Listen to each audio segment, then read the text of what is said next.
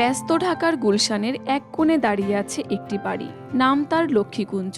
ইট পাথরের দেয়াল ছাপিয়ে এই বাড়িটি আসলে একটি জীবন্ত স্মৃতির ক্যানভাস, যেখানে এখনো ফিসফিস করে কথা বলে বইয়ের প্রতি এক কিংবদন্তির টান, একান্নবর্তী পরিবারের আবহ, চলচ্চিত্রের প্রতি আজন্ম নিবেদন আর তার সহধর্মিনী খায়রুন্নেসার প্রতি অন্তহীন ভালোবাসা। ঢাকাই সিনেমার মুকুটহীন সম্রাট নায়করাজ রাজ্জাক আজ আমাদের মাঝে নেই, কিন্তু তার ছোট ছেলে অভিনেতা সম্রাটের চোখে এই বাড়িটির প্রতিটি ধূলিকণায় আজও জড়িয়ে আছে বাবার স্পর্শ।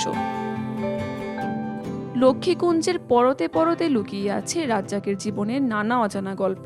সৎ ভাই ও অভিজাত চলচ্চিত্রের ব্যবসায়িক সাফল্য মূলত স্বাধীনতার আগে, যা 1969 সালে এই বাড়ির ভিত্তি গড়ে দিয়েছিল।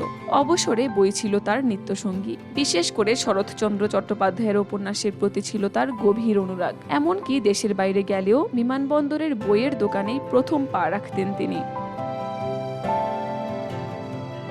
স্ত্রী খায়রুন্নেসাকে ভালোবেসে ডাকতেন লক্ষ্মী বলে, আর সেই ভালোবাসার যুগলবন্দিতেই জন্ম নিয়েছিল রাজলক্ষ্মী প্রোডাকশন ও উত্তরার রাজলক্ষ্মী কমপ্লেক্স। যত ব্যস্ততাই থাকুক, রাতে পরিবারের সবাইকে নিয়ে মেঝেতে বসে একসঙ্গে রাতের খাবার খাওয়ার রেওয়াজ ছিল তার, যা আজও আগলে রেখেছেন তার সন্তানেরা।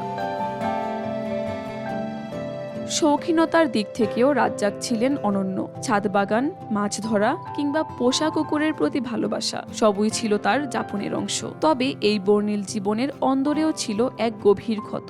1993 সালে শুটিংয়ে থাকার সময় হঠাৎই চলে যান তার আদরের মেয়ে শম্পা। শেষ মুহূর্তে বাবার বুকে মাথা রেখে মেয়ের বিদায় নেওয়ার সেই শোক কোনোদিন কাটিয়ে উঠতে পারেননি রাজ্জাক। নিঃশব্দে কেঁদেছেন বহুবার।